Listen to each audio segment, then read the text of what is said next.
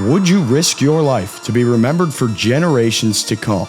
What if risking your life meant attempting a world record that you might not even beat? Oh, and one more question. Are you claustrophobic? I was nearly buried alive in a mound of t-shirts. This is Tom Rauen, and before we get to how he almost died in pursuit of a world record, we have to start with why and when. The 1990s, when Tom was a kid. As a young kid, I always read the Guinness Book of World Records, and I was fascinated by all the different records. The crazy lady with the longest fingernails, tallest guy in the world, the shortest person in the world, all the other feats that seemed impossible. Tom was also fascinated by entrepreneurship. By just 12 years old, Tom was able to fund his family's trip to Disney World by selling Beanie Babies online, tens of thousands of them. After that, he continued to build his middle school empire by selling shampoo. Tom went on to graduate from the University of Dubuque with a degree in computer graphics. He then started what proved to be his most profitable venture, custom apparel. That entrepreneurial genius that had gotten Tom a trip to Disney World at 12 years old was present in every aspect of how he did business, but it was most obvious in his creative marketing tactics. So it was only logical that Tom would then come to realize he could pursue his childhood dream of setting a world record, because doing so would generate a massive amount of PR for him and for his t-shirt business. Being in the t-shirt business, I Googled Guinness World Record t-shirts. I wanted to see what record had to do with t-shirts, maybe possible to beat. That's when it clicked, and I saw the record of who could wear the most t-shirts at once. The current record was 245. This seemed like the perfect record to beat. Directly related to t-shirts, so it could market his business, and it's a huge spectacle that will no doubt lead to tons of media attention. And of course, it's a world record that would come with no danger. All right, so here's the danger. That's a lot of t-shirts. It's a lot of weight, pressure. How do you know what size t-shirt to start with? How do you know what size t-shirt to go up to? When do you change sizes? How do you possibly put on that many t-shirts without suffocating to death? Okay, so it would come with a little danger, but Tom was someone who had spent a decade at this point working with t-shirts, making him someone who would know how to handle all of this. I didn't know any of that. So I began my research, videos, information, newsreels, previous record holders of this record. Was this record even beatable? Only one way to find out. It was obvious the entrepreneurial flame was stoked in Tom. He was bound and determined to attempt this world record. But as Tom began to practice and craft his strategy to beat this record, he ran into some new problems. All right, so with any event, you've got to find a location. So I'm looking and I'm thinking, let's do this thing in Las Vegas, New Year's Eve, and make this huge spectacle of it. Until Todd comes into the picture. My buddy Todd says, not gonna happen. Vegas is the entertainment capital of the world. I mean, you've got Cirque du Soleil, street performers, magic shows, you've got all sorts of entertainment. Simply just breaking a Guinness World Record by wearing a lot of t-shirts is going to seem like a sideshow in Vegas and not get very much attention at all. Tom knew that Todd was right. Tom's goal was media attention. He was risking his entire life to reach legendary status. Surrounding himself with competition from professional entertainers on their biggest night of the year was not a wise choice. But if you do this in your own hometown, you could be the t-shirt king of Dubuque, Iowa, right at home, surrounded by your friends and family. That's where you're gonna make the biggest impact and the most noise. I was a little deflated not doing it in Vegas, but I knew we could still pull off an amazing event. I chose Diamond Joe Casino because I knew we needed a place that had the atmosphere, had the excitement, had the energy. I knew, like any sports game, as you're doing something really difficult, you need the crowd, you need that energy from the crowd cheering you on, coaching you through and guiding you through to get you to the championship. With that problem solved, Tom was free to go attempt this world record, and he would live happily.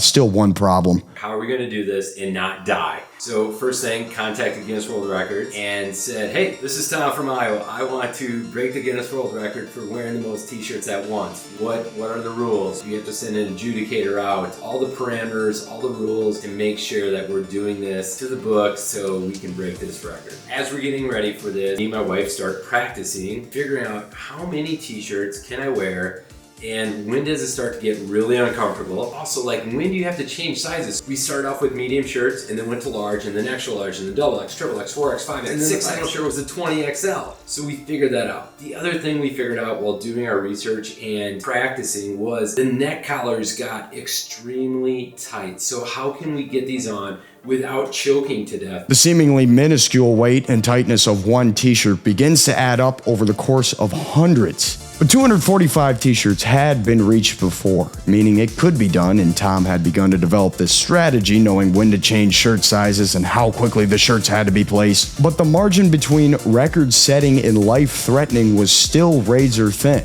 But then again, all Tom had to do was beat the record by one shirt. We were so confident that we had 400 t-shirts on hand for this. I was thinking we are going to smash this record. It's safe to say that there was a feeling of I had already written the press release of breaking the record. confidence. Tom set the date for his world record-breaking attempt for 11-11-11, proving once again he is a master of spectacle. But not all of this spectacle was on Tom. Next was like, how can we tie more people from the community into me breaking the world record? How do we make this much more than just me? I had this idea. We're putting on hundreds of t-shirts. What if we sold sponsorships on every t-shirt? Whether it's a picture of my friend Jeff or a company logo that the company wants to sponsor. With the sponsorship dollars that we raise, we're gonna donate that to a charity, because I have two brothers growing up who were diagnosed with type 1 diabetes at the age of 12. So we chose Juvenile Diabetes Research Foundation. Let's make this a charity thing by selling sponsorships on each t-shirt and then taking that money and donating it back to a good cause. Selling sponsorships on the shirts proved to be a huge success, turning this from a simple PR stunt to a truly impactful event for the community that had supported Tom his entire life. A life that faced its greatest threat on the morning of November 11th, 2011. That morning, we're all set up. I know friends and family are going to show up. We're expecting a couple hundred people. We're streaming live. This is a big deal. We've been planning for this for almost a year. And I have this little inkling of what happens if I don't beat the record. There's always that little shadow of doubt in the back of your mind. What happens if something goes wrong, or what happens if it doesn't go according to plan?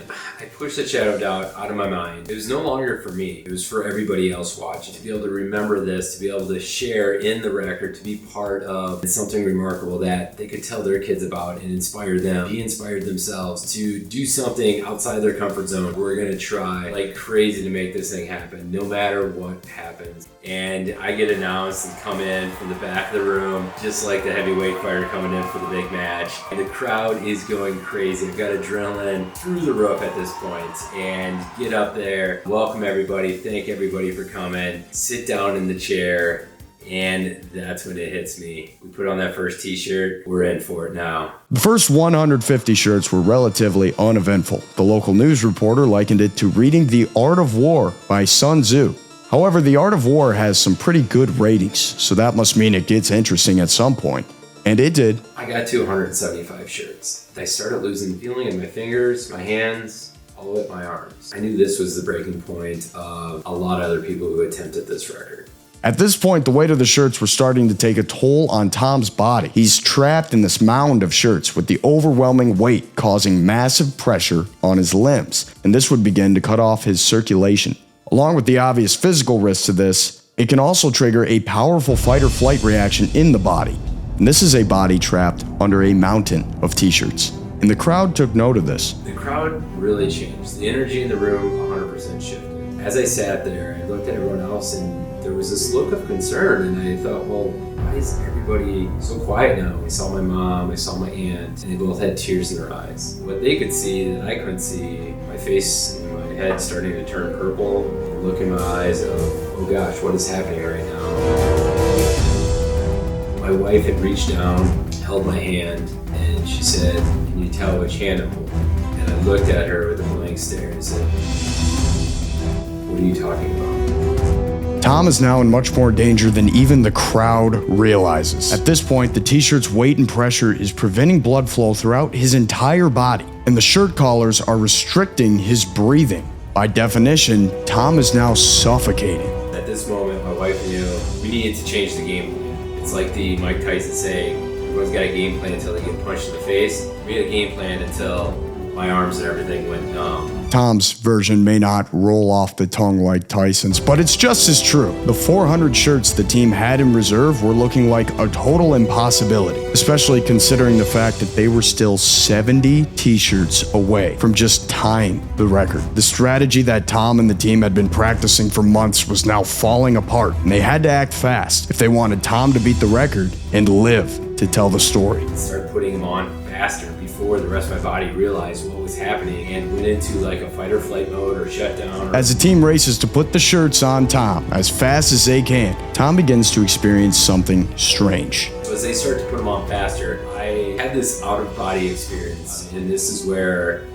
I almost died. This out-of-body experience, my body at that point felt like a shell. The crowd felt like it was an echo chamber, and at some point I remember feeling like I was in the crowd looking out from the back of the room at myself sitting on stage, and I could see myself sitting there suffering and getting buried by these t-shirts. Everything was kind of getting blurry, and voices and everything was just mumbling and stuff, and it was just this weird experience. I thought, oh my gosh, am I dying right now? Am I okay if I die here in front of my friends and family? I thought, you know what, if I die doing something remarkable and pushing the boundaries of what is possible, I actually came at peace with that. It was the weirdest feeling of my life.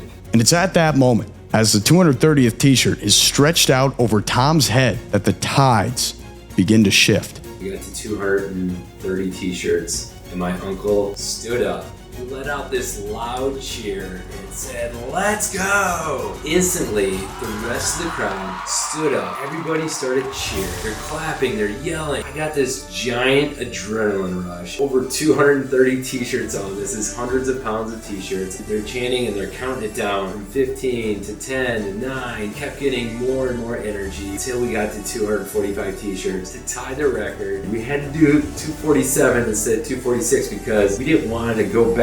Maybe they miscounted a shirt or two, so we had to beat it by 2, and then we had the final t-shirt, the 20XL, at 247 t-shirts. As soon as I broke that record, huge adrenaline rush, stood up, the flash bulbs were going off. This was the moment that was gonna end up all over the internet. After 30 minutes of suffocating, hours of bearing the weight of hundreds of t-shirts, months of preparation, and years of dreaming of this moment, Tom Rauen had broken the Guinness World Record for wearing the most t-shirts at one time, with a 2 t-shirt margin of error. The medical staff, most likely praying that Tom standing up wasn't some weird effect from rigor mortis, instantly swarmed around him, cutting and slicing t-shirts off in order to relieve Tom of the deadly weight and pressure from these shirts.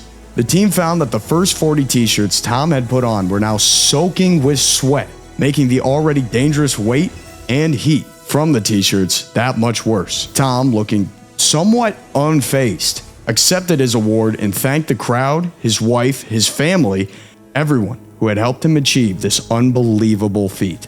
All the while unwinding with a beer, most likely because his press release had already been written. It was just this moment of elation and just absolutely the most amazing feeling in the world. To be surrounded by friends and family, everyone else that meant so much to me. It was just a true joy. And then, we went out and had the celebration party, and the next day was the media train.